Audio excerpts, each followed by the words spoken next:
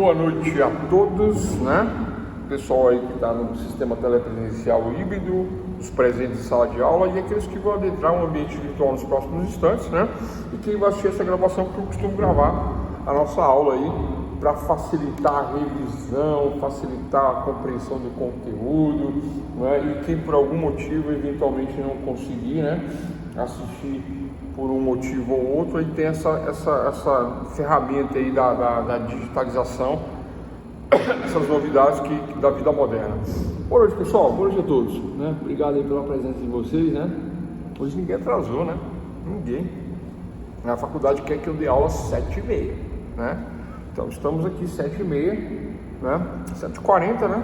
10 minutinhos aí. Ontem nós falamos das relações entre cliente e advogado, e hoje nós vamos continuar essas relações, né? Falando aí, né? Pequenos detalhes. Por exemplo, pessoal, o item 1 da aula de hoje, que no caso, né? Ontem nós paramos no item 10, né? Então vamos continuar aí, 11º item, né? Vamos seguir essa sequência, né? Só que não é por ordem, óbvio, tá? Eu vou falar do artigo 26, né? Porque ontem eu falei 18, 19, 20, 21, e eu vou falar do 26, né?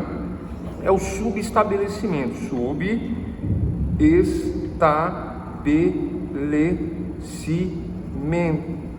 Subestabelecimento. Esse subestabelecimento, né? Esse termo subestabelecer, né? Subestabelecer, quem é que está estabelecido nos autos? Essa é a pergunta, doutores. Quem está estabelecido, né?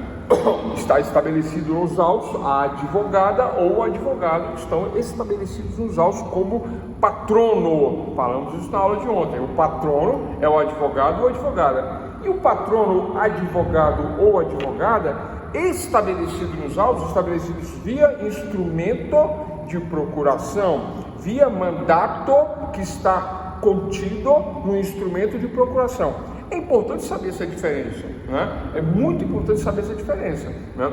Existem pessoas que não sabem.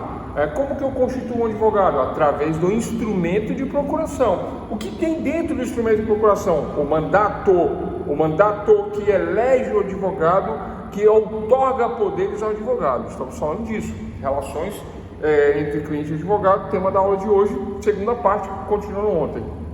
Aí o que acontece, né? Começando pelo subestabelecimento. Por que começando pelo subestabelecimento, né? Porque nós falamos lá atrás que pode haver uma desistência do cliente ou até mesmo do advogado não concordar com o cliente querendo arbitrar, querendo impor, né? Às vezes acontece isso, o cliente querer impor uma situação da qual o advogado não concorda. Olha, eu não concordo, essa não é a minha linha de defesa. Aconteceu comigo várias vezes. Eu não concordar com o que o cliente estava falando, porque não era a minha lei de defesa. Aí sabe o que acontece? Dá errado, a culpa é do advogado. Aí o advogado tem que se impor nessa hora, nesse momento. Aliás, o primeiro item da aula de ontem fala sobre isso, sobre a clareza da maneira com o qual ou na qual se vai trabalhar, se vai fazer. Vou fazer dessa maneira, vou trabalhar assim, vou trabalhar assim. É óbvio que eu vou respeitar a fala do cliente, é óbvio que eu vou respeitar o fato jurídico e óbvio que eu vou ouvir, né, o que o cliente tem a me dizer e em cima disso trabalhar uma tese. Iniciado isso, esclarecido isso, o item, né, da aula de ontem, o primeiro artigo da aula de ontem, né, no item 1, que é baseado no artigo 9 lá da aula de ontem, né, olha só, esclarecida essa questão, nós vamos. Agora, no meio do processo, existe um atrito, né? E eu não concordo, ou o cliente não me quer mais como advogado. Isso acontece muito. Sabe como que acontece?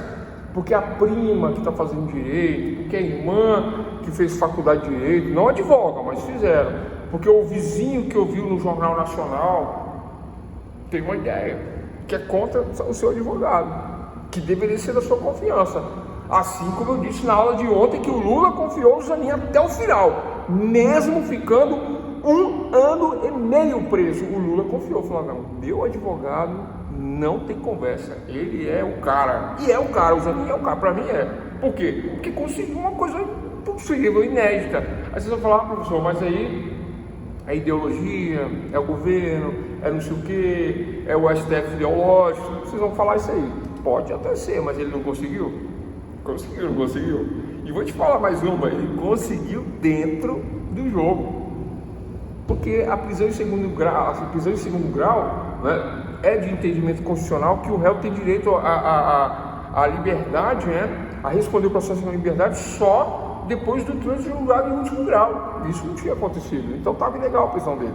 Bom, esquece aí. Havendo um atrito, eu não concordo com o meu advogado, eu vou, né, subestabelecer. Quem está estabelecido? Eu advogado, estou estabelecido como patrono, né, do meu cliente, mas o meu cliente não me quer mais. Ele entende que a vizinha é melhor, né?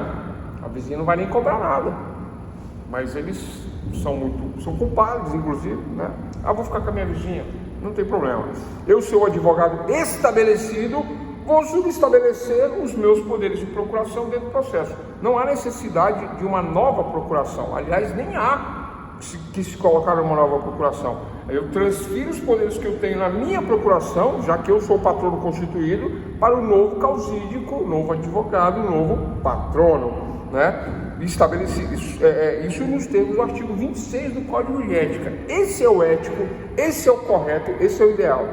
Em processos criminais, principalmente aqui no DF, o pessoal não tem agido com muita ética, não. Aqui no DF, não, infelizmente, né? O pessoal entra sem avisar o advogado. E dane-se o advogado. E bota a culpa no advogado. Fala assim, seu advogado não fez nada, né? Vou entrar para ajudar, para defender. Aí entra, sem pedir autorização. Mas entra no dos outros, no meu não entra. Os advogados mais velhos e experientes não aceitam esse comportamento antiético do qual nós estamos falando aqui. No Código de Ética, o tema da aula de hoje, relações entre cliente e advogado, não é? E o item 11, né, já que a continuidade da aula de ontem, o item 11, né, o artigo 26 subestabelecimento fala que eu, estabelecido no processo, não posso sair. Eu posso sair se eu quiser, e a cliente pode me tirar, mas isso depende de um acordo, de uma resolução, não é uma resilição unilateral. Não quero, vou lá e boto a pessoa que sou eu e acabou. Não, é uma resolução. Resolução, as pessoas conversam. Nós vivemos em uma sociedade civilizada, sociedade civil, pautada no Código Civil. Sociedade civil, sociedade civilizada. Existe ética na advocacia, ética no direito. Boa noite a todos, né? Os que entraram posteriormente, boa noite, né? Ética no direito civil, ética no direito, né? É isso, pessoal, ética no direito, né? E a ética do direito diz que eu tenho que agir sempre com ética. Se na hora que eu caso é meu amor, por que na hora que eu me divorcio existe todo aquele ódio e etc e tal? Às vezes existe amor também, né? Mas tem uma questão de ódio aí por conta de intimidades, né? Por conta de coisas que não deveriam, né, acontecer e acontecem, porque o ser humano é assim. Mas na relação cliente-advogado não tem essa intimidade, né? Não tem. E quem se deixa levar ou que se faz íntimo a esse ponto acaba tendo problema. O profissional que se deixa levar ou se fazer íntimo, né, do cliente, né? Ou seja, o profissional que não age profissionalmente, né, ele acaba tendo problemas, né? Fazendo uma brincadeira em sala de aula, contar uma piada, né? Falar de novela, cantar uma música, né? Eu cantei música um dia, ontem, esses dias aí, né? Isso aí faz parte da descontração, para tornar mais leve o ambiente, mais atrativo, interessante, né? Através de uma metodologia, eu trago exemplos para a nossa aula, né? Exemplos da prática, mas isso não significa que a nossa relação, né? Nossa relação entre docentes e discentes, né, tem uma conotação diversa da proposta, né, oferecida, que é o conhecimento, porque tem muito conteúdo nas minhas aulas e a avaliação, né, eu não alivio porque eu entendo que vocês não podem ser subavaliados de qualquer jeito, não. A avaliação tem que ser de acordo com a altivez da turma. Essa turma eu considero ela uma das melhores, então eu tenho que eu tenho que avaliar de acordo com o bom nível da turma. Então é isso. Então o item número 1 da aula de hoje é o subestabelecimento quando existe esse atrito entre advogado e cliente, ou às vezes não é um atrito, né? Às vezes é o entendimento do cliente que não está satisfazendo, não está satisfatório, né? Mas, lembrando da aula de ontem, quando eu vou subestabelecer, eu não digo que eu briguei com o cliente, que houve um problema, não. Eu não posso colocar isso no processo sob pena de estar agindo contra o meu cliente, porque se até então eu defendia, porque agora não deu certo, eu vou acusar, eu vou brigar, não, pessoal, não, né? Então, eu devo dizer que estou subestabelecendo por questões de foro íntimo, aliás, não, subestabelecendo a pedido do cliente. Pronto, subestabeleço os poderes que me foram confiados em instrumento de procuração, conforme o mandato, encartado aos autos, folha tal, venho e subestabeleço para doutor ou para doutora, nome tal, OAB tal, devidamente escrita a ordem dos advogados do Brasil, tal, e agora é comum se colocar o telefone, por conta do WhatsApp, né, porque é a comunicação quase que já oficial, daqui a pouco vira essa, né. Acabou o negócio de endereço é eletrônico, né? Coloca o WhatsApp, e-mail, né, da pessoa, ou endereço, né? Mas o mais importante, de acordo com o Código de Ética, o advogado se identifica pelo número de inscrição na OAB, né, mais o seu estado. São Paulo, DF, Brasília, Rio de Janeiro e assim por diante. Essa identificação é assim que eu venho agir de acordo com o Código de Ética. Então, lembrando que esse artigo eu resumo assim, né? Há um desentendimento, há uma resolução de ambas as partes, resolve-se dessa maneira, com o subestabelecimento. Não pode entrar o coleguinha sem avisar ou sem pedir licença para o patrono, e a licença é o subestabelecimento. E não pode o advogado simplesmente renunciar e não avisar o cliente. O advogado renuncia, diz que é por motivo de foro íntimo, né? E aí dá 10 dias para o cliente que ele vai permanecer no caso durante esses 10 dias, mas depois não vai permanecer mais, e fala e avisa para o juiz e prova que o cliente foi comunicado que ficará 10 dias, através de uma R ou de uma mensagem também via WhatsApp, e-mail, né, é válido. O cliente toma ciência e vai providenciar uma defesa, um outro advogado, defensoria em 10 dias. Tem que fazer esse aviso, tem que cumprir os 10 dias, senão não sai do processo. Eu já fiquei preso em processo porque eu não consegui avisar o cliente sumiu, eu fiquei preso no processo. Aí eu não tenho contato com o cliente sumiu, aí eu já estou preso em um processo assim, né? Não posso falar o nome da comarca, mas o cliente não apareceu no júri dele, ele não apareceu. E eu também não fui, não consegui entrar em contato com ele, aí ficou esse problema. Aí fui multado e tal, tem que resolver essa questão ainda, não resolvi, né? Mas eu não consigo sair do cliente porque eu não acho o cliente, simplesmente sumiu, né? Sumiu, não tem comunicação, né? Aí ele aparece quando ele quer com outro número de telefone, desaparece e assim vai, né? Mas para fazer essa renúncia eu tenho que ter a ciência dele na renúncia, né, provada, enviar para o juízo 10 dias, aí ele fica por conta da defensoria ou coloca outro. Tranquilo, né? Então, item 1 da aula de hoje, subestabelecimento. Não pode entrar nenhum outro patrono, causídico, advogado, defensor, não pode sem o subestabelecimento do patrono, do causídico, do advogado responsável pelo processo. Não pode, tem que ter o subestabelecimento, artigo 26 do Código de Ética. Se o advogado entrar sem o subestabelecimento, né, esse advogado pode ser processado por danos materiais, morais e por agir de forma antiética. Aí, agir de forma antiética, disciplina, processo disciplinar. Agora atenção, processo disciplinar é tema do nosso módulo que vem. Processo disciplinar é igual ao processo penal, né? Com uma diferença. No penal eu tenho prazo de 10 dias, eu tenho um prazo de 8 dias, eu tenho um prazo de 15 dias. No disciplinar da OAB não. Todos os prazos são de 5 dias. 5. Comunicou 5 dias defesa, 5 dias vai lá, 5 dias faz. Aí reúne sua comissão, avalia o caso, pega um relator, vota. Aí tem mais 2 votos a favor ou contra, dá um parecer, tem sustentação oral, né? Tem memoriais, tem tudo isso aí. A gente vai falar isso nós vamos falar isso no módulo que vem e vamos falar aí de 34 itens, né? De 34 infrações éticas nós vamos falar, né? E mais associado com essa questão da infringiu a ética, disciplina. Como que é a disciplina? Aí tem lá, e as penalidades, advertência, suspensão, né? podemos chegar à exclusão dos quadros da OAB. Agora imagina, quanto vocês gastam para se formar? 5 anos de faculdade, o preço que a faculdade é, já fizeram essa conta? Né? Gasolina, carro, livros caros, internet, né? Tudo isso aí, já fizeram essa conta? É bem caro. Aí você começa a advogar, tem um problema e aí é expulso, né? Ou seja, a expulsão é uma penalidade extremamente grave para o profissional, traz um prejuízo imenso, né? Então a exclusão, vocês já entendem que ela só é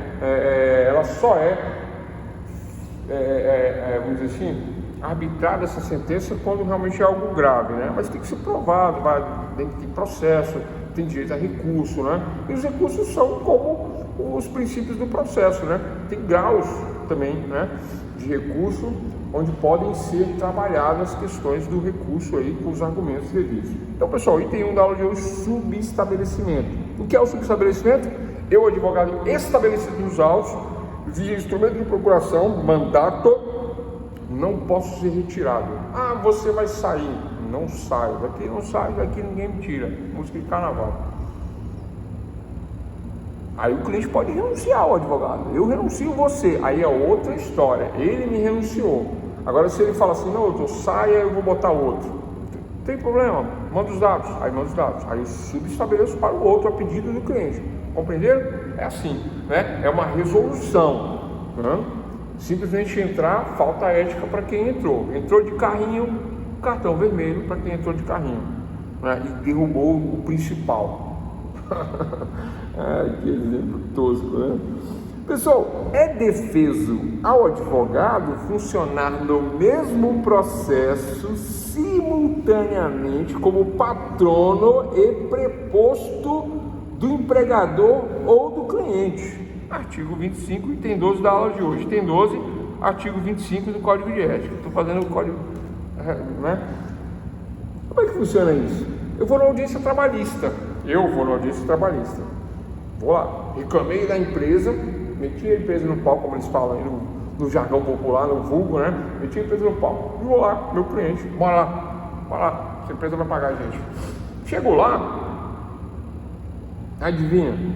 Eu era advogado da empresa e meti a empresa no pau. Aí eu vou como advogado, mas aí chega lá, o juiz pergunta, cadê o outro lado? Eu falei, excelência, então, por acaso eu trabalho na empresa junto com ele me contratou, aí nós, né, fizemos um processinho, estamos aqui, mas vamos resolver tudo amigavelmente. Eu sou advogado e sou o preposto da empresa. Não pode. Isso inclusive é um crime, tá? Chamado de tergiversação. Anota aí, tergiversação. Vou botar no chat, tergiversação, porque eu vou cobrar isso aí, eu acho que provavelmente no sábado.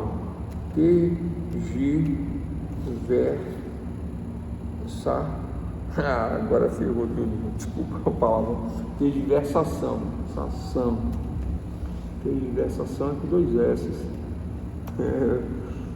Tergiversação. Sação de sanção, se cedilha. Tergiversação. Entrou? A tergiversação ou tergiversação é um delito que está no Código Penal, que diz que o advogado ele faz essa jogada, né? Ele, por exemplo, num divórcio, por isso que eu falei que se você é amigo íntimo de um casal, você não pode advogar depois a favor de um ou depois a favor do outro. Se você é amigo da família, você não pode advogar membros da família um contra o outro. Nós falamos isso nas primeiras aulas. Vocês se recordam disso? E desse exemplo, eu falei disso aí, né? É falta ética fazer isso, né? Dá crime de tergiversação. Eu advogo para ela e advogo para ele, ao mesmo tempo, um contra o outro. Não pode. Eu posso advogar para o casal, por exemplo, em um divórcio consensual. Consensual, em um acordo, né? Em um consenso, e posso advogar para famílias, mas um contra o outro não. E sob pena de tergiversação, né, se eu estiver fazendo uma orientação dupla de um lado e do outro. E tem uma coisa pior, às vezes eu tenho um escritório de advocacia com 5, 6, 10 advogados, aí eu advogo para um, aí o meu colega que está do meu lado advoga para o outro lado. Aí eles viram as costas, a gente conversa e combina tudo. Tergiversação, crime está no Código Penal, crime. Aí se responder, o criminal pode até ir preso, pegar uma cadeiazinha, além dos danos da reparação que deve haver para o cliente nos termos do artigo 25 5 do Código de Ética, né? E tema da aula de hoje, relações com clientes, que é a continuação de ontem, né? Parte 2 hoje, relações com clientes, essa questão da tergiversação. Tranquilo? Bom, falamos ontem e vamos repetir aqui, que é o artigo 24. O advogado não se sujeita à imposição do cliente. Falamos ontem e falamos hoje no início, né? O cliente me liga e fala assim: doutor, porque, né, na hora do flagrante da delegacia foi preso lá e você devia estar lá. Você devia estar lá, mas eu te liguei, sabe o que acontece? Você não me atendeu. Eu sei que você tem seus compromissos, tem sua família, tem seus cachorros, tem sua vida, eu ia falar que tem suas galinhas, tem seus, eu ia falar besteira, mas você tem sua vida. O cliente fica indignado porque não atendeu ele na hora do almoço, exatamente na hora do almoço que aconteceu o flagrante, né? Ou meia-noite, ou 1h, 2, 3, né? Os crimes acontecem de madrugada, os flagrantes criminais. Aí o que acontece? O cliente indignado liga e fala assim: liguei para um advogado que estava lá na porta da cadeia, e aquele advogado da porta da cadeia falou assim: esse advogado não fez nada, não trabalhou, não deu, tá vendo? Ele não te atende. Eu vou te cobrar só 5 mil aqui para resolver esse flagrante e vou botar na rua agora. Agora, se você não me pagar, a culpa é do teu advogado que não te atende. E eu tô aqui. E ele não é advogado. O que é isso, pessoal? É antiético, é totalmente imoral, né? Mas é usual e costumeiro, mas é imoral, é antiético, né? Essa postura ninguém aceita. É uma postura da moral? É, mas é uma postura que tem que estar no código de ética, né? Entendeu? Fazer fofoca é crime? Quem acha que fazer fofoca é crime? Quem acha? Pessoal, sexta-feira, bora, pra gente acabar em meia hora aí. Quem acha que fazer fofoca é crime? Quem tá aí atento aí no chat aí, que gostaria de participar e responder essa pergunta? Fofoca é crime? Sim ou não? Fundamente sua resposta. Eu não vou pedir isso na prova porque não é da aula. Mas a questão da ética, né, diz que cometer um delito é antiético. Se o advogado comete um delito, é antiético. Tranquilo? Então, do ponto de vista do ponto de vista da imposição do cliente que pretende ver ele, o advogado, atuando com outros advogados, esse é o ponto, né? Esse é o terceiro ponto da aula de hoje. O cliente quer que agora, fala assim: você não me atendeu, eu coloquei outro, agora você vai ser obrigado a trabalhar com eles. Eles estão lá fazendo o trabalho deles e você não fez o seu. Te paguei, você vai continuar, mas eles vão entrar porque eles vão... E aí, pessoal? Então, o cliente não pode fazer isso. Se fizer, e os outros advogados coniventes com o cliente, eles estão agindo de forma antiética. Eles vão responder perante o Código de Ética, perante o artigo 24 do Código de Ética. Eles, advogados antiéticos, estão lá na porta da cadeia falando que eu não fiz nada. Eles vão agir, eles vão responder. Mas eu, advogado, né? Eu, advogado, não quero atuar com eles, tanto que eles são antiéticos. Então, o advogado não se sujeita à imposição do cliente que pretenda ver ele atuando com outros advogados, nem fica na contingência de aceitar indicação de outro profissional para com ele trabalhar, ou outro advogado, ou um contador, ou um engenheiro. Eu não sou obrigado a trabalhar com ninguém. A advocacia é serviço personalíssimo, é como pinturas, né? É como esculturas, como um trabalho artístico, um trabalho manual, né? Porque é um trabalho manual, é um trabalho onde o advogado levanta teses, e o advogado levanta teses de forma individual, né? Essa história que a gente vê na televisão, que você senta numa grande mesa com 10 advogados para discutir um caso, isso não existe, nem nos filmes estão fazendo mais assim, porque não se discute os casos. Vamos discutir esse caso, aí cada um dá uma opinião, vamos anotar, vamos fazer uma tese. Ninguém faz isso. Fazer isso seria muito caro, muito dispendioso, uma perca de tempo. A advocacia é individual, né? O profissional do direito, advogado, defensor público, Ministério Público, juiz. Juízes trabalham com assessoria maior por conta do volume de processo, né? Mas mesmo assim, é obrigado o juiz a trabalhar sozinho. É indelegável as funções do juiz, né?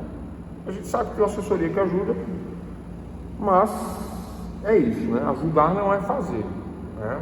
Quem faz, bota a mão, e é o caso do advogado. Então, o advogado não se sujeita à imposição do cliente que pretenda ver com ele atuando outros advogados. Eu não sou obrigado. Se o cliente... Aí, uma vez, o cliente foi reclamar na OAB, querendo botar o primo dele junto comigo. Aí a OAB me ligou. Como é que você não aceita, doutor? Custa nada. Aí eu falei, peraí, vocês estão esquecendo do código de ética? Eu não sou obrigado a aceitar esse tipo de imposição, nem de advogado, nem de nada. Ah, mas não custa nada. Eu falei, não é questão de custar, de não custar. É questão de que eu não quero, não vou aceitar. Por que isso? Birra, amarra? Não, porque é uma questão, eu não me sinto confortável nesse tipo de situação. Sabe o que acontece? O profissional que não é da área, né? O dentista que quer dar opinião no cirurgião cardíaco, ele não é da área. Ele não é da área. O ginecologista que quer dar opinião no neurocirurgião, ele não é da área, é de outra área. Vocês entendem isso aí? O pediatra que quer dar opinião no oncologista, ele não é da área, outros são áreas diferentes. Aí eu pego o advogado de sucessão e famílias que quer dar aula, que quer me acompanhar, me cobrar, né, dentro do direito penal, processual penal. Eu quase nem faço mais crime, mas eu atuo 20 anos como advogado, e 12 anos eu fui advogado criminalista, né? 12, lá atrás, lá no começo. Mas eu não faço mais, mas quando eu fazia, né, pessoal? Então não tem essa, não, tá? Então, 3 itens da aula de hoje. Primeiro, subestabelecimento. Segundo, é proibido, né, a tergiversação, né, e trabalhar em duplinha, casado com outro advogado. E terceiro item, eu não sou obrigado a aceitar a imposição do cliente nesse sentido aí, de ter um outro processual. Quarto item da aula de hoje, né, olha só, quarto item, é direito e dever do advogado assumir a defesa criminal. É direito e dever. Eu assumo a defesa criminal, né? É direito e dever, quarto item, assumir a defesa criminal. Sem considerar, atenção, doutores, pessoal, falta só 3 itens para encerrar a aula. Eu queria participação nesse item, né? Sem considerar, olha só, é direito do advogado e das advogadas, dos patronos, dos causídicos, dos defensores, é direito e dever aceitar, assumir a defesa criminal, sem considerar minha própria opinião sobre a culpa do acusado. Vocês já viram isso? Ah, defensor de bandido, né? Bandido é dos outros, o nosso é cliente, bandido. Quem está falando de bandido aqui? Né? Bandido é dos outros, meu é cliente, né? Mas brincadeiras à parte, o que acontece? Acontece o seguinte, eu tenho o direito, tá, de não ficar expondo aquilo que eu realmente acho a respeito daquela questão. Eu já falei para o cliente uma vez, né? O cliente tinha cometido um assalto, né? Com faca e tudo, uma coisa até grave, né? Assaltou um celular e tudo, né? Não chegou a esfaquear nem nada, não. Mas a família começou a me cobrar isso e aquilo, né? Isso logo no início. Eu falei, ó, vou deixar claro, ele é culpado. E o culpado não é o juiz que condenou. E o culpado não é o promotor. E o culpado não sou eu que sou advogado. E outra coisa, esse processo já aconteceu. Já se decidiu a culpa lá e tá lá que ele é culpado. Ele é culpado. Tá claro isso? Né? Ele não é vítima da sociedade nem da situação, ele é vítima dele, dos atos dele. Então, vamos deixar claro que estamos trabalhando, né? Estamos trabalhando essa questão desse ponto de vista claramente. Agora, como advogado em execução penal, eu vou pegar a sentença que já existe pronta e vamos trabalhar aí dentro do período, né, estabelecido em leis para pedir a progressão do regime de penas, fechado, semiaberto, aberto, rua, tem um prazo, tem prazos. Tem benefícios dentro da execução penal que podem ser requeridos, como comutação, indulto, como remissão de penas que diminuem a pena. Chegou no prazo, lapso temporal, critério objetivo, né? 1/6 da pena, crime comum. Critério subjetivo, bom comportamento carcerário, atestado pelo diretor de disciplina do estabelecimento prisional. Ponto. Tranquilo? Estão acompanhando? eu não preciso expor a minha opinião dessa maneira, igual eu acabei de falar. Não preciso, não. É direito e dever do advogado assumir a defesa criminal sem considerar a sua própria opinião sobre a culpa do acusado. Mas eu deixei claro, né, nesta época, naquela época, nessa situação, eu deixei claro, porque a família vinha fazendo uma pressão, né, que o irmão da moça tinha sido preso, né, esfaqueando o outro no celular, e que ele era uma pessoa maravilhosa. Não deixa de ser para ela, para a família, mas não foi para a vítima. Correu o processo, houve condenação, trânsito julgado, culpado. Qual é a minha opinião? Não tenho opinião. É direito e dever do advogado assumir defesa criminal sem considerar a sua própria opinião. Artigo 23, sem considerar, é o 13º item da aula de hoje. Artigo 23 do Código de Ética. Não precisa emitir opinião, parecer, etc e tal. Não sou obrigado a isso, né? E, inclusive, né, na defesa criminal, né, o advogado ele não omite, ele omite essa opinião, porque ele não é obrigado, ele não tem que prestar esse tipo de compromisso, porque todos têm direito à defesa, isso é constitucional, está lá. E é indispensável o advogado à administração da justiça. Artigo 133 da Constituição. E não me venha falar que o juizado especial pode atuar sem advogado, porque é inconstitucional. Atua, existe, ninguém faz nada, porque o advogado mesmo não quer atuar no juizado. Tem advogado que diz que o juizado nem é justiça. Não sou eu que estou dizendo isso, não. Já vi isso de vários advogados, né? Porque, na verdade, ali existe para que um pequenininho, que o menor não fique desassistido, né? Não estou desmerecendo o juizado, não é isso não. Mas realmente ele tem essa importância dentro da sociedade. Cobrar uma promissória de R$100, um cheque, pequenos comerciantes, né? Atuam no juizado sem a participação técnica do advogado. É isso, né? Que é indispensável à administração da justiça. Artigo 133 da Constituição, artigo 2º do Estatuto da OAB está lá, né? Então eu tenho a Constituição, tenho uma lei e tenho o juizado, né? O juizado ilegal e inconstitucional. Ponto. Essa é a questão.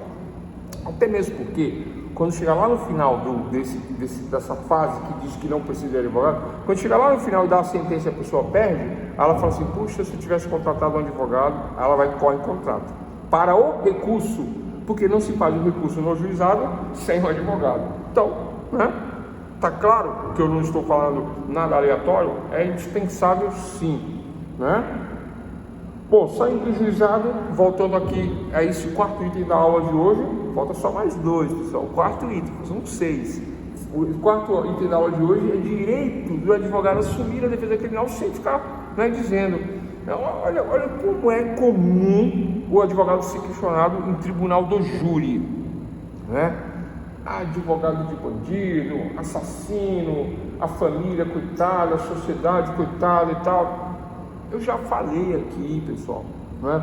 Todos têm direito à defesa criminal. Se eu não pegar, o outro pega, o outro pega, o outro pega. Se ninguém pegar, a defensoria pega, porque a defensoria é obrigado a defender aquele que não tem essa assistência, que está desassistido, porque é obrigatório esse tipo de assistência, né, na justiça. Vocês entendem? Vocês compreendem essa questão? Pessoal, a bateria do meu vai acabar aqui se eu não correr e não tomar uma providência. 1 segundo para mim ativar a bateria do computador, porque senão vai dar problema na aula. Então, essa questão do juizado é isso.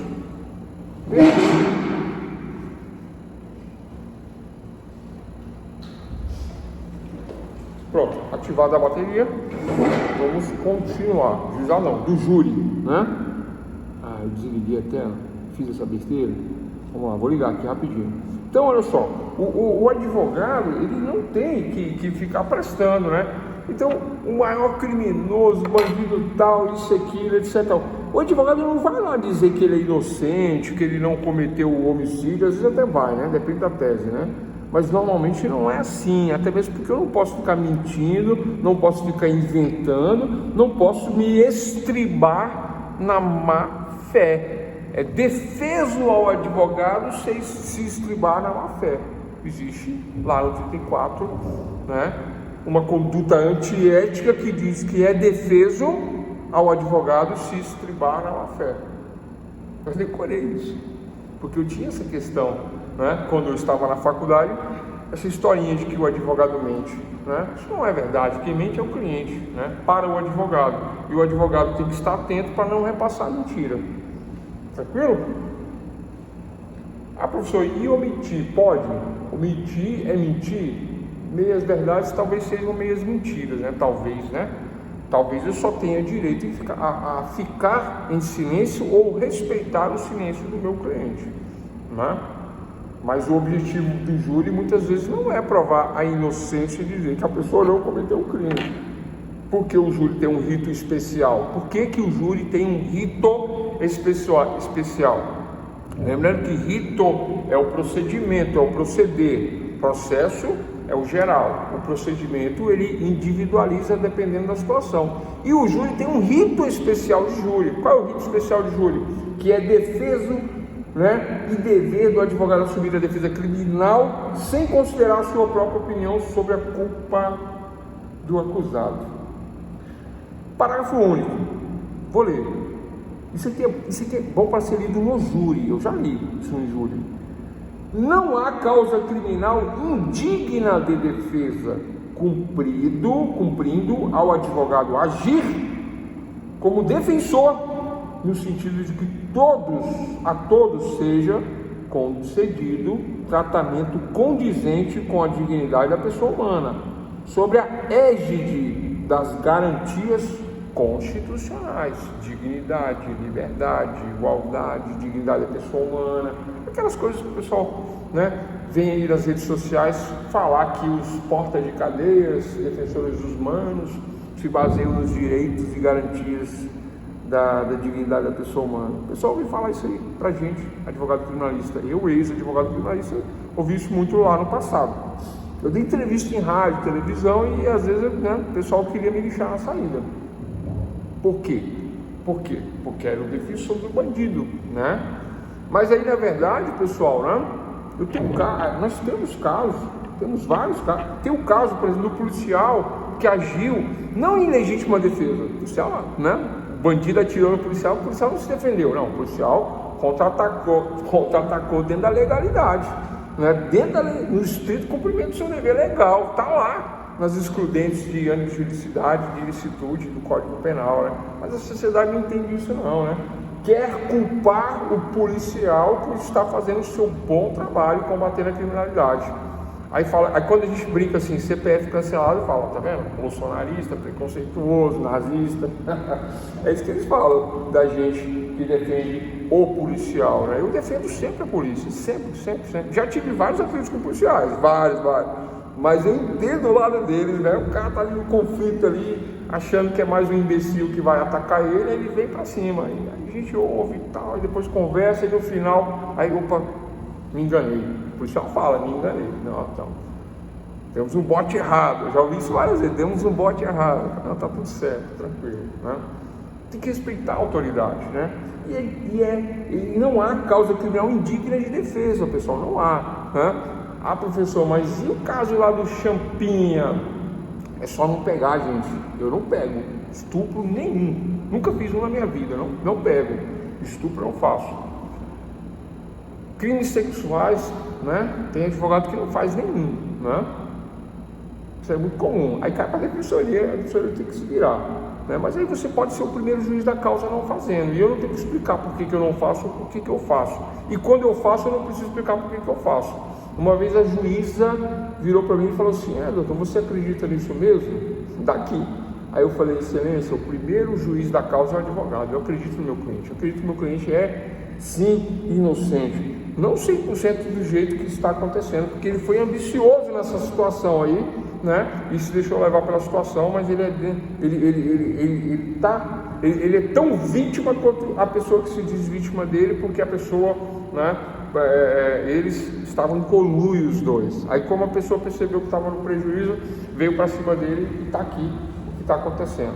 É um casinho aí que eu não posso contar aqui não, mas aconteceu. Então é defeso ao advogado assumir a defesa criminal sem considerar. Então, doutores que vão ser advogados criminalistas, né, que vão trabalhar contra, entre aspas, os colegas aqui da própria classe, que serão delegados, que são policiais ou serão policiais.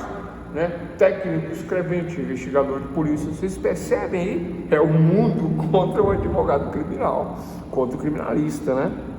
Entendem? Aí eu venho e me defendo, né? E realmente não há causa indigna de defesa, porque aí vem a questão. Nós não temos um parlamento? Não temos uma democracia? Existe pena de morte no nosso país? Não existe. Quem defende a pena de morte no nosso país? Quem não sabe o que está falando. Como assim, professor? Não sei o que eu estou falando. O cara estuprou, matou, fez e aconteceu. Ele tinha que morrer também. Matou a menina com um facão cego. Como é que sabe que o facão é cego? Mas sabe. O facão é cego. Deu no pescoço, estuprou 5 dias e matou ela com o facão no pescoço. Cego. Matou ela. Depois de estuprar 5 dias. Foram 3 pessoas que fizeram isso. Não é grave? Ele merece morrer? Qual é a minha opinião sobre isso? Eu que vou defender isso. Eu já falei que eu não defendo, né? Mas se eu defender isso, qual é a minha opinião? Eu não tenho obrigação de dar parecer e todos têm direito a uma defesa do ponto de vista constitucional, legal, técnico, é isso que estamos falando. Ele tem que ser condenado? Tem. Por que não existe pena de morte no nosso país? Vocês já sabem? Vocês sabem? Vocês pensaram nisso?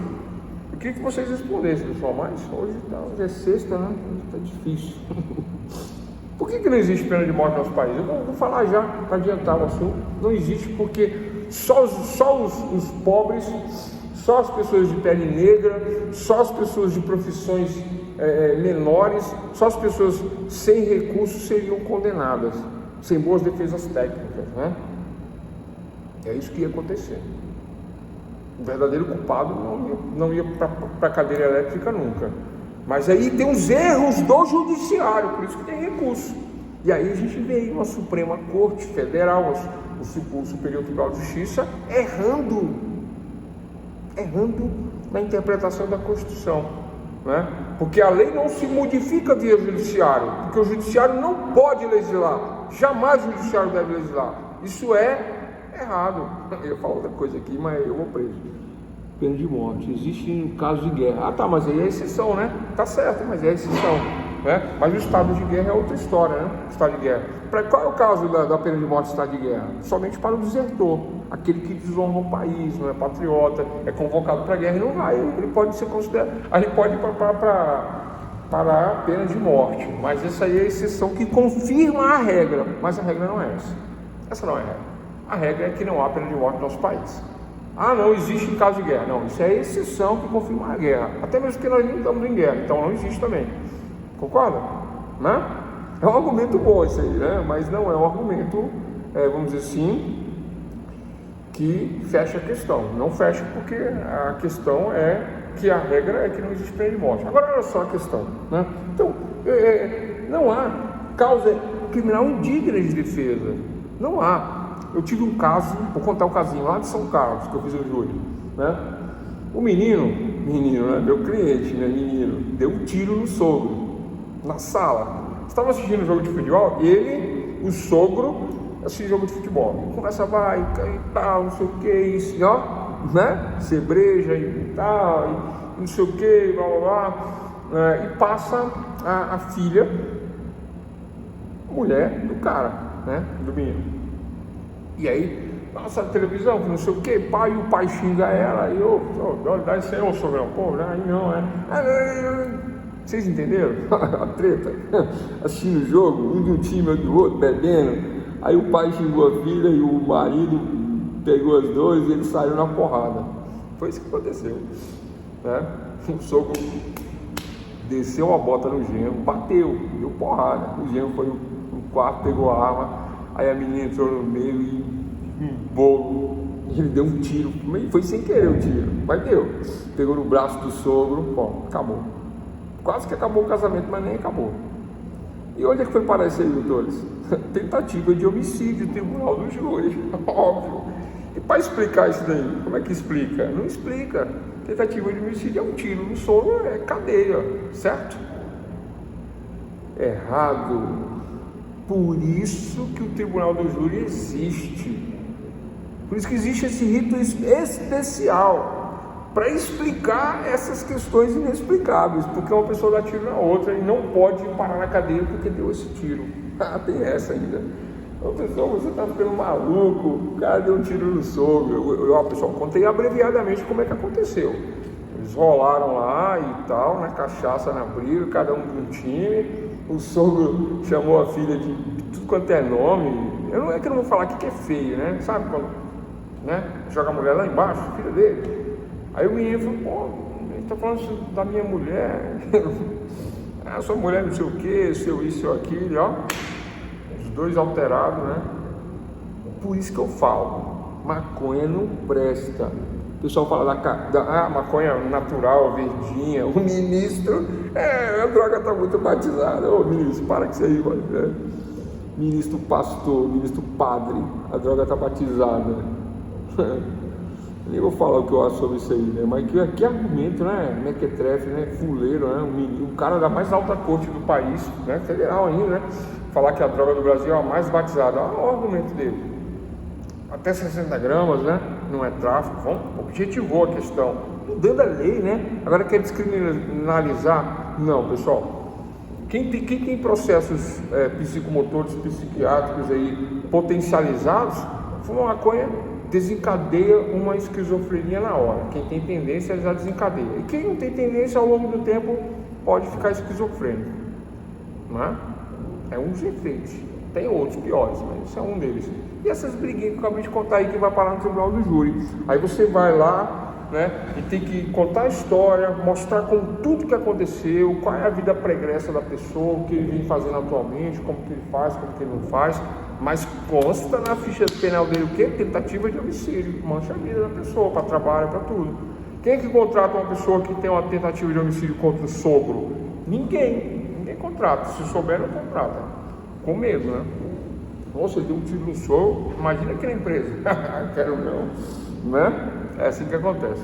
Mas o advogado vai lá, sem fazer julgamento, né? Eu costumo fazer isso, né? Eu falo que quem julga primeiro é Deus e depois, né, o juiz. E o advogado não. O advogado não julga. O advogado traz luz aos fatos jurídicos, já que são relevantes à sociedade, para que as pessoas enxerguem o que verdadeiramente aconteceu e não condenem precipitadamente o réu, né? Que até Deus fez isso lá em Gênesis, já contei o caso aqui, né? Contei, né? Deus sabia que Caim matou Abel, mas ele oportunizou a defesa, mesmo sabendo o que aconteceu. Ele não é onipotente, onipresente, onisciente, para quem acredita e é cristão, né?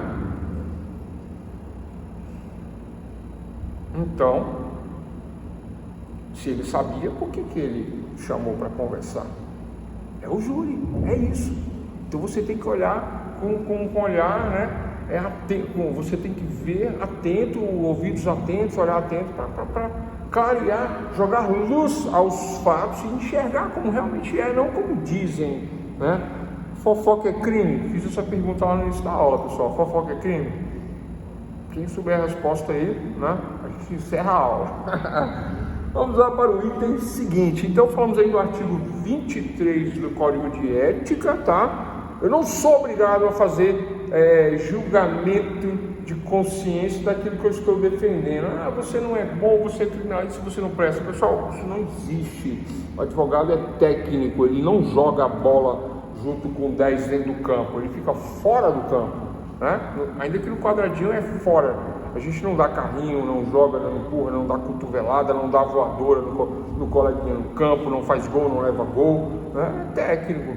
Se você achar que o técnico não foi bom, né, você demite o técnico e contrata outro técnico, né? O Flamengo de vocês aí tomou uma surra do São Paulo, hein? Aí a culpa é do técnico. Deixa eu falar agora. Vocês entenderam, né? É isso. É o que eu falo aqui. Então, pessoal, o advogado, ao postular em nome de terceiros contra ex-cliente ou ex-empregador, judicial ou extrajudicialmente, deve resguardar sigilo profissional. Bom, primeira questão: o advogado não deve advogar contra ex-cliente. É antiético por outro artigo, não por esse. Contra ex-cliente, não. Como assim, professor? Não devo advogar quando... Não, claro que não, você não pode, é falta de ética. Você conhece a vida da pessoa, os segredos, a intimidade, é um divórcio. Você conhece a intimidade dele ou dela que você foi advogado, você conhece a intimidade. Em caso de família, piorou. Aí agora você vai advogar. Agora você pegou o primo do marido dela para advogar contra ela, que era sua cliente. Você não pode fazer isso. Você pegou a causinha de uma loja onde ela está devendo e você foi advogado dela, agora você vai cobrar ela como advogado da loja. Você não pode fazer isso, isso é antiético. Professor, mas não existe uma exceção? Claro que existe. Qual é a exceção? E qual é a forma? Tem um tempo, existe um tempo. Você tem um tempo, né? Entende-se, por exemplo, jurisprudencialmente, parece que 2 anos é um tempo razoável. Eu já não tenho, depois de 2 anos, ou os tempos das prescrições, né? 3 anos, 5 anos, né? Prescreveu. Aí, né? Eu não tenho mais nada com essa pessoa, não tenho nem contato com ela. Aí tudo bem, é outra situação, né? Mas num prazo menor, não. Mas, passado esse prazo, eu vou advogar contra, né? Em nome de terceiros, contra esse cliente.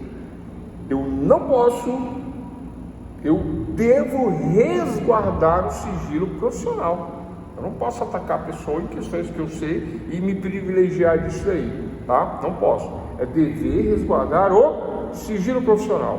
Por isso que às vezes aqui na aula eu falo assim, ó, eu posso contar o caos que ninguém vai identificar, mas não posso, eu posso contar o milagre, mas não posso contar o santo, né? Falar o nome do santo que fez o milagre, não posso. Então é nesses casos que está aqui, nesse artigo 21, penúltimo da nossa aula de hoje, né? 14, 24, item 15, 25, item 16 é o último. Tranquilo? Então, pelo artigo 21, pelo artigo 21 do Código de Ética, né, e Disciplina, eu devo resguardar o sigilo profissional se eu estiver advogando em nome de terceiros contra esse cliente, né? Expliquei aqui, né? Primeiro, eu não posso atacar esse cliente, isso não existe, né? Aí, se decorre um determinado prazo, aí eu vou advogar contra através de um terceiro, mas aí tem que respeitar esse outro prazo também. E se respeitar o outro prazo, além disso, ainda tem essa questão de resguardar o sigilo profissional, né? Eu sei que ela faz isso, que ela faz aquilo, porque no outro processo eu sabia da vida dela. Aí eu jogo no processo isso, se eu não resguardo isso, eu tenho um problema ético do artigo 21 do Código de Ética. E eu vou parar na disciplina, que é do módulo que vem. E aí a disciplina não alivia. Pessoal, existe classismo dentro da OAB? Existe corporativismo dentro da OAB? Existe defender o advogado dentro da OAB? Existe isso? Essas 3 perguntas? Para as 3 perguntas a resposta é não, não existe. E falar que sim, que prova o contrário, não existe. E eu vou provar que não existe mesmo. Quando nós formos falar da formação da OAB, né, da função da OAB, a primeira função da OAB, vocês vão ver que não é defender o advogado. É a segunda. Pois é. Como assim, professor? Não é a primeira? Não. A primeira é outra. Ele se intitula uma instituição, né, de status constitucional, porque está na Constituição, né, de 88, que antes não existia nem OAB, né? Mas de 88. Então, status constitucional com função de defender prerrogativas constitucionais, democracia e várias outras bandeiras, menos o advogado. Isso no primeiro ponto. Aí no segundo que fala, né, da defesa conjunta da advocacia. Não é o advogado, é, né, um grupo. Vocês compreendem, pessoal? Ah, professor, mas por que isso? A OAB não gosta do advogado? Não tem nada a ver com gostar ou não gostar. Tem a ver com, né, o advogado, o bom advogado, ele passa desapercebido pela OAB. Ninguém sabe quem é o bom advogado. Agora, esses que dão problema, que infringem o Código de Ética, que vão parar na disciplina, né, e que são disciplinados, né, aí tem que ser o quê? Disciplinados. E a disciplina nem sempre é a punição, tá? Advertência, suspensão, uma reparação, um acordo, chama para conversar, né? Agora tem muitas vezes o cliente reclama na OAB sem conversar com o advogado. Aí a OAB chama o advogado e fala assim: conversa com o teu cliente, por que você não conversa com ele? Aí o advogado corre e conversa com ele e resolve. Agora, quando parte direto para a disciplina, que eu acho injusto, né? Parte direto para a disciplina, porque não dá oportunidade de você quer se defender, né? Mesmo que ele tenha errado, aí parte para a disciplina. Chega na disciplina, aí se prova que houve um desentendimento, isso e aquilo, tal, que é só um caso para advertência, todo um trabalho que poderia ter sido evitado conversando. A mesma coisa vale para os processos litigiosos do civil e do penal, mas a disciplina da OAB é processo penal, porque penaliza o advogado. Tranquilo? Então isso, pessoal, não deve resguardar o sigilo profissional. E por último, artigo 22, para encerrarmos nossa aula de hoje, o item 17 da ética entre as relações de advogado e cliente, o item 17, pautado no artigo 22 do Código de Ética, diz que ao advogado, né, lembrando que ao advogado são aos advogados de maneira geral, é do vernáculo da língua portuguesa, tá? Esse negócio de todos não existe, tá? Quem fala todos é um ignorante, incipiente. Isso não existe, né? Isso não existe na língua portuguesa. Então, ao advogado, a ordem dos advogados do Brasil, né, respeita, obviamente, os advogados, que inclusive são a maioria, não é a minoria, tá? Hoje as minorias querem ser minorias, mas as minorias são maiorias, né?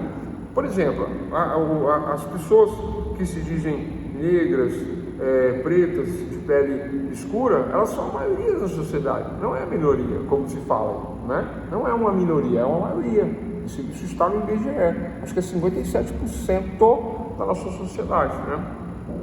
Aí eu pergunto, o que é branco? Bom, os povos originários são índios, não são brancos.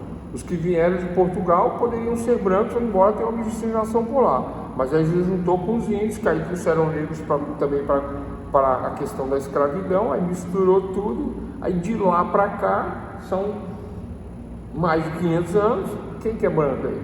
Ninguém, não é? Ah, mas visualmente, professor, outro visual, então tá bom, né? Vocês entendem essa questão? Então vamos lá, o finalzinho. Ao advogado cumpre abster-se de patrocinar causa contrária à validade ou legitimidade. A lei, contrária à lei. Tem uma lei, aí eu vou lá e... Não, a lei não vale nada, vale isso aqui, isso assim, assado. Vou dar um exemplo, né? Legitimidade de ato jurídico em cuja formação haja colaborado ou intervido de qualquer maneira. Da mesma forma, deve declinar seu impedimento ou da sociedade que integre quando houver conflito de interesses motivado. Esse negócio de conflito de interesse, eu já vi isso várias vezes no fórum. O juiz chegou para mim e falou assim: doutor, tinha um assalto, 4 fulanos dentro do carro no assalto, aí você é advogado de um dizendo que ele que ele é inocente, do outro dizendo que ele é inocente, 2. E dos outros 2 que eles estavam no assalto, que eles confessaram, então 2 estavam assaltando, 2 não. Mas você é advogado dos 4. A tese da acusação é que os 4 estavam no assalto. A sua tese é de que 2 não estavam, 2 estavam. Há um conflito de interesse. Não há conflito de interesse. Mas a juíza falou que havia, né? Aí isso aí gerou um problema para mim na época, para explicar que não havia e ela achando que havia. Por que ela achou que havia? Vou ler de novo, né? Cumpre abster-se de patrocinar a causa, eu tenho que sair fora, né? Porque parece que há um conflito de interesse. Qual o conflito aí? O conflito é que eu estou pelos 4. Fica parecendo que se eu sou advogado dos 4, os 4 são culpados. É isso que fica parecendo. Já que 2 confessam, 2 não. Dizem que nem estavam. Não é isso que fica parecendo. Então é um conflito de interesse. Qual é os interesses? Os réus.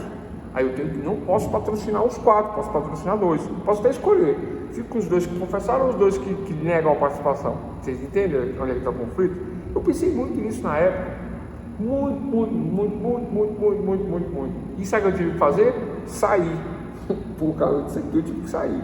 né, o advogado cumpre abster-se de patrocinar causa contrária à validade ou à legitimidade de ato jurídico em cuja formação o ato jurídico haja colaboração ou intervindo de qualquer maneira. Da mesma forma, deve declinar seu impedimento ou da sociedade que integre. Isso é um dos exemplos, tá? Tem de várias maneiras, né? Conflitos de interesse, por exemplo, quando o advogado é o advogado da empresa, né? E aí, o advogado da empresa, e ele ajudou a construir a empresa, foi advogado muitos anos da empresa, né? Colaborou com a formação da empresa, interviu em atos jurídicos, assinou contratos da sociedade jurídica da própria empresa. Vocês entendem? E agora, eu, né, depois de ter contribuído dessa maneira com a empresa, eis que urge uma acusação penal, criminal, e eu sou chamado lá na delegacia para dar um parecerzinho contra a empresa. Não posso. Antiético, conflito de interesse, motivado por intervenção anterior no trato. Qual a intervenção no caso criminal? Né? Eu posso orientar. Como que eu oriento? Ó, vocês dois que fizeram, fala que não tinha mais dois, só tinha dois. Ponto. Eu vou ganhar pela própria prova feita em audiência do artigo 186 do Código de Processo Penal, a confissão, né, e o interrogatório. Eu vou ganhar nesse sentido da prova. E não vai ter prova em contrário. Aí vem as testemunhas falando, não, mas eram 4. Pessoal, testemunha em assalto, contou, quando sim é muito raro. A testemunha fica apavorada, não sabe nem o que aconteceu. Da onde veio, para onde foi, o que aconteceu. Não sabe se era 4, se era 10, se era 20, se era 2. Né? Pois é. Mas aí parece que houve uma intervenção do advogado, provocando um conflito de interesse. O bem dessa questão aqui eu não entendi, na época eu resolvi sair. Hoje eu entendo que não. Né? Sabe por que não? Porque na verdade foi assim, né? Um só me contratou e falou, você não quer pegar os outros? Todo mundo é colega. Foi isso. Aí eu falei, lógico que eu quero. Aí peguei, cobrei, ganhei e fui pra cima. Depois eu tive que dar um jeito de colocar um colega no lugar e resolver a questão, né? Que parece ter diversação, mas não é. Porque aí, né, foi comunicado para a juíza, ela entendeu que não tinha problema, não teve problema. Continuamos a tese, né, que no final todo mundo foi ripado, foi condenado, né, mas com uma pena baixa e eles cumpriram a execução penal, né, mas foi feito o trabalho como tinha que ser feito. Então o advogado cumpre abster-se de patrocinar, né, essas causas onde há essa questão aí do conflito de interesses, né. O conflito de interesse ele acontece quando há uma intervenção anterior do profissional, né? Ou quando há essa questão aí de conflito de interesses, de dois inocentes, dois culpados, o mesmo advogado de todo mundo. Quando bota o mesmo advogado, o que é que parece? Parece que eles estavam juntos, embora eles não tivessem. Aí dá um conflito de interesse, é nesse sentido que a juíza falou para mim em audiência, extraoficialmente, né? Aí eu acatei, óbvio, manda que ele pode, obedece quem tem juízo, né? Embora a lei fale que advogados, juízes, promotores são todos iguais, né? Pessoal, todos iguais perante a lei, né? Mesmo status, mundos público, é verdade. Tem juiz, a maioria respeita isso, inclusive. Promotores respeitam, os advogados que sabem, né? Se comportam dessa maneira. Mas a gente sabe que o advogado, ele senta lá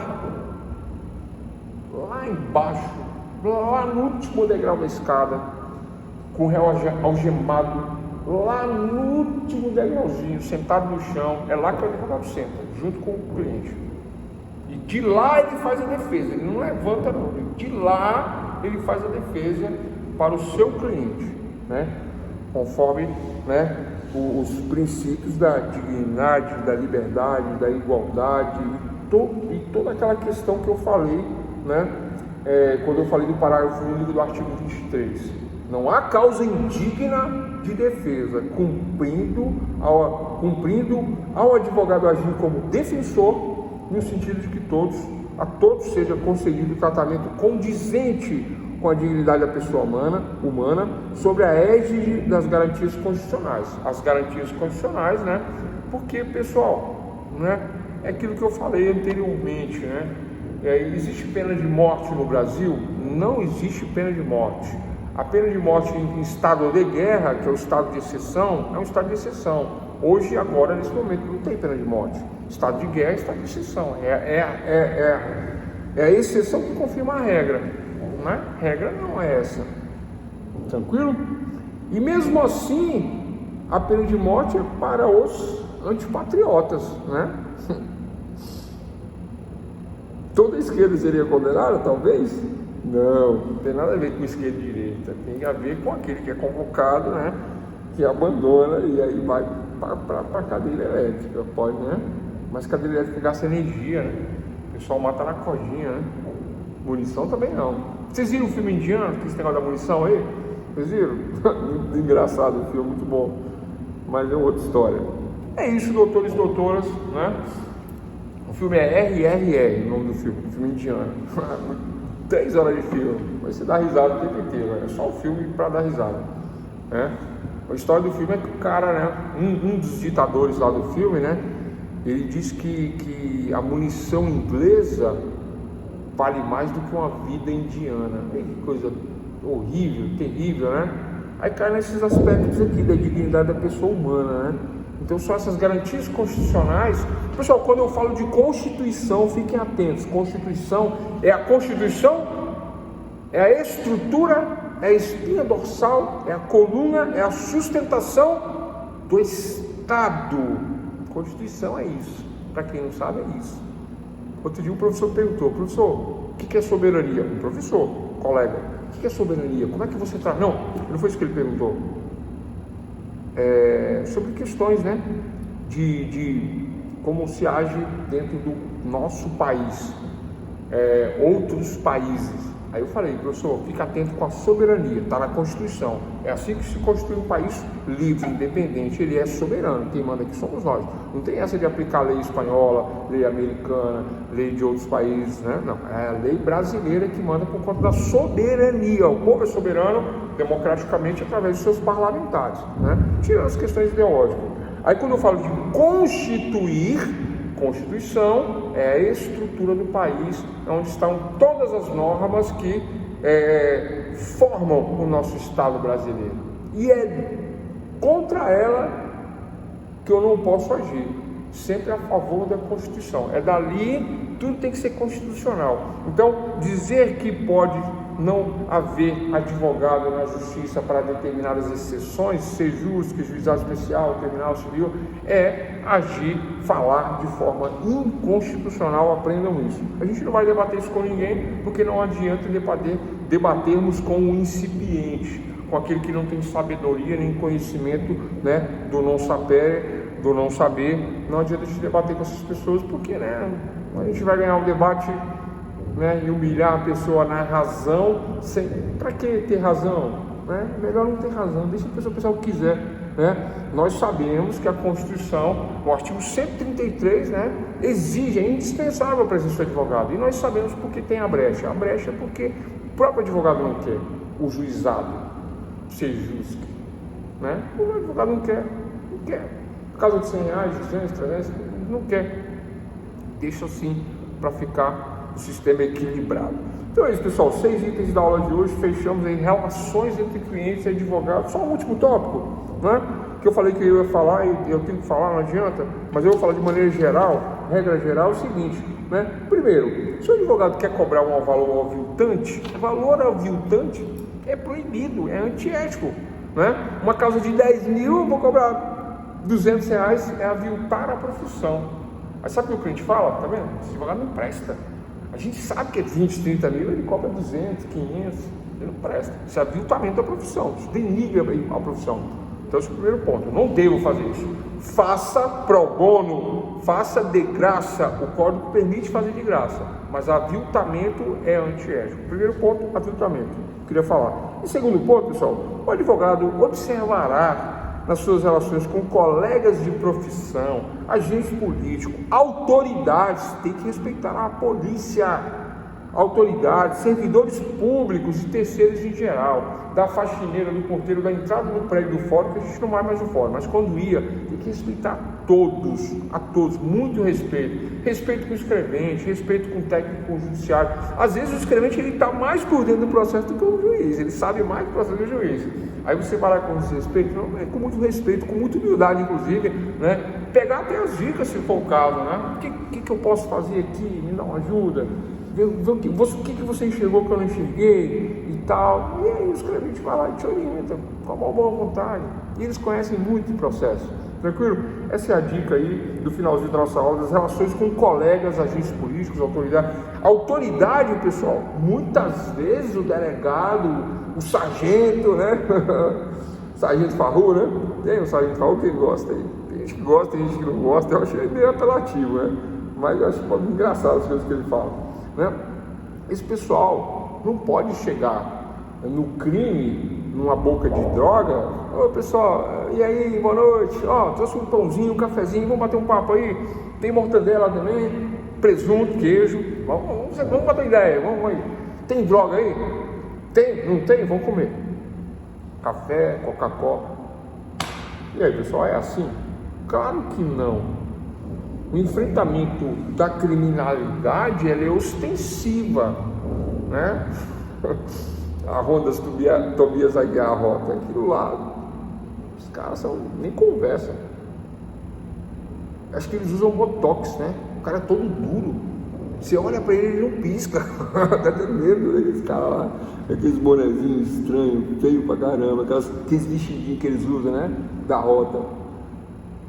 Mas impõe respeito aí. Eu vejo um cara de vestidinho e um fuzil, mas eu não chego perto nunca, né? Mas nem para dizer bom dia, que ele também não vai responder. É isso, doutores, né? Então tá aqui a nossa quarta aulinha de ética e direito, relações com clientes, segunda parte, relações com o pessoal do fórum, tá? Né?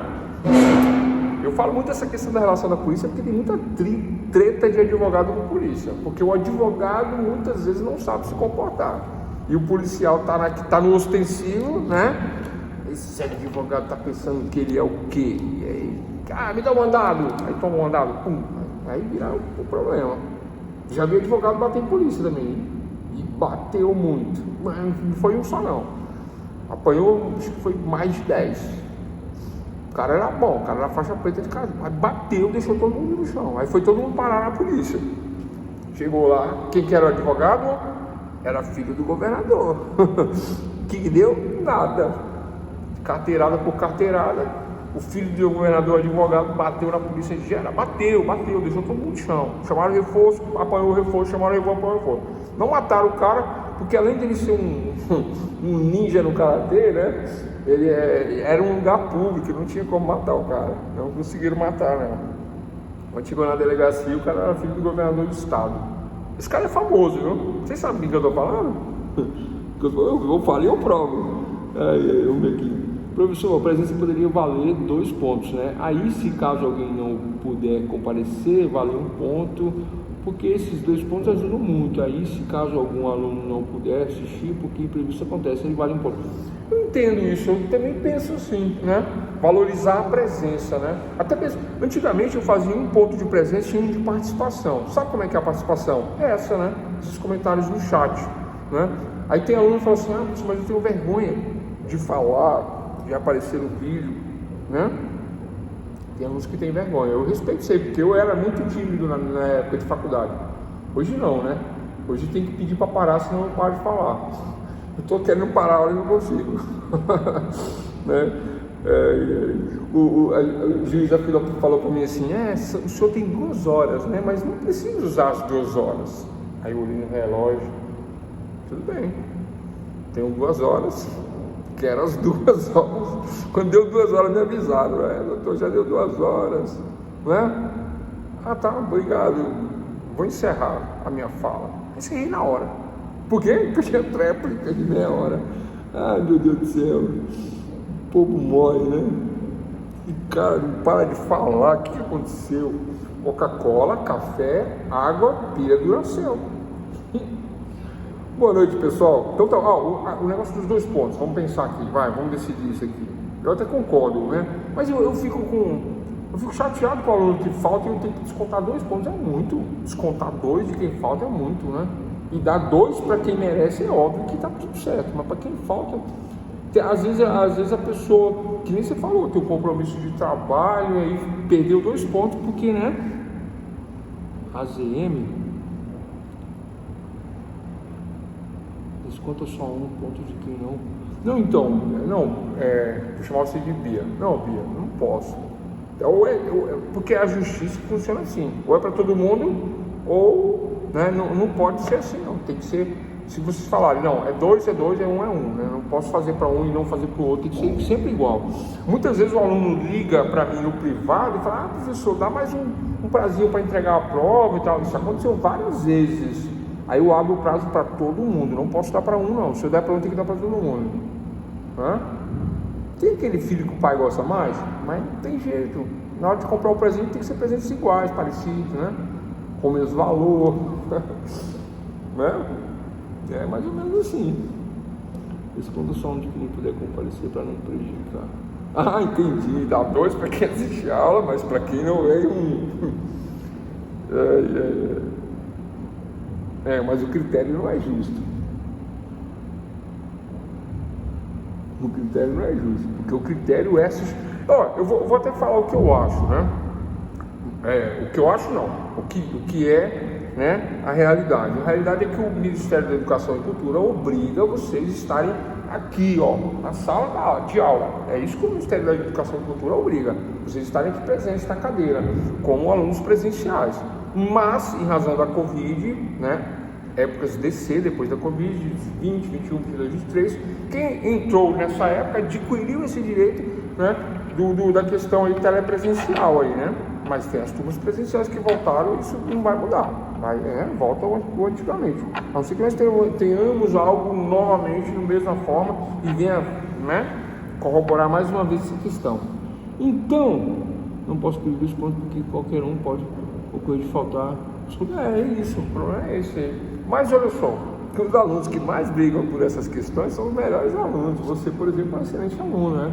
Eu leio as provas, eu lembro dos alunos, que os alunos fazem, né? Quando o aluno fala e dá os exemplos, igualzinho a gente deu na aula aqui, aí não é questão de puxar a sardinha não, até mesmo porque, né, a questão é que eu sei que o aluno assistiu, acompanhou, compreendeu, assimilou o conteúdo, vai levar isso para a vida e vai ser um vencedor na vida por conta de que assimilou o conteúdo, né? Quem perdeu o conteúdo não é que vai ser menos, mas é menos conteúdo, né? E isso atrapalha você futuramente. Aí a pessoa fala assim, mas quando eu terminar eu estudo. Não é a mesma coisa. Pega para ler o código de ética, vocês vão ver que não é a mesma coisa. Quando eu faço essa pequena leitura e faço um aclaramento, trago luz aos fatos, trago exemplo, né? Você nunca mais vai esquecer aquilo. Se você não estudar, você vai saber. Você vai saber sem estudar. Quando chegar lá na prova, você vai lembrar das besteiras que eu falava aqui, os exemplos malucos que a gente dava aqui em sala de aula, né? Você vai lembrar, falar realmente. Porque aí tem as questões, né? Você vai lembrar do que é um conflito de interesse, né? Você vai lembrar dessa questão da moralidade, os costumes, fato jurídico, fato relevante, fato irrelevante. Matar uma formiga é irrelevante, matar uma mosca é irrelevante, matar uma pessoa é relevante. Isso é fato jurídico. Agora estuda o que é um fato jurídico do ponto de vista da doutrina. Aí tem lá um conceito enorme lá, que aí você não consegue assimilar aquele conceito técnico. Mas aí você lembra de matar formiga e não matar formiga, aí fato jurídico você sabe, que é o fato relevantemente jurídico dentro da sociedade, valorizado, fato, valor e norma, teoria tridimensional do direito, que vem de Kelsen, né, aprimorado por Miguel Reale. E é isso, pessoal, né? E ponto final para a nossa última aula do segundo módulo de ética e direito. Falamos aí de relações de cliente, relações entre agentes públicos, né? Essa é a última questãozinha aí da advocacia. Faça pro bono, faz de graça, mas uma causa de 10 mil cobrar 100 reais, aí você vai cair na ética, que cai na disciplina, que aí você tem um problema, e aí não podemos ter problema. Sigilo profissional, é óbvio, nem preciso comentar. Todo advogado tem que ter sigilo total. Diz que a advocacia é um sacerdócio. Por que a advocacia é um sacerdócio? Responda a nossa pergunta. porque o padre deve guardar em segredo as confissões que ele ouve no confessionário.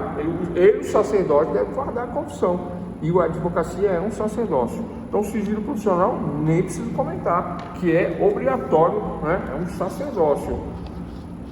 Tranquilo? Advocacia pro bono, façam de graça. Publicidade profissional, eu vou trabalhar também no módulo que vem junto com ética e disciplina e outras questões. Publicidade eu já falei aqui, né? Questão de Facebook, Instagram profissional, pode ter, né? Mas ficar dando parecer, ficar dando consulta no Instagram, no Facebook, é antiético, não pode, né? Ficar se expondo. Se você quer ser a doutora Deolane, ninguém vai ser contra, né? Quer ficar de biquíni no Instagram, ninguém vai ser contra. Mas não pode para advogados, advogado de biquíni não pode, vocês entenderam, né, pessoal? Não pode, essa exposição, né, que não condiz com a questão profissional, porque isso não denigre o advogado, denigre toda a classe, né, toda a classe jurídica, toda a classe de advogadas e advogados. É isso, né? Aí o pessoal fala assim, tá vendo essa advogada? Olha, só podia ser advogada, né? E não é. É uma pessoa com uma má conduta que não representa a advocacia, que queima toda a advocacia. Tranquilo? Então, pessoal, tem essas e outras questões que nós vamos discutir no terceiro módulo, mas o terceiro módulo vai ser as infrações e principalmente a questão disciplinar, que é um processo penal administrativo da OAB, tá? A gente vai falar também das sanções e tudo, mas amanhã, trabalhinho, de sábado, segunda, avaliação do módulo. Forte abraço a todos, é isso.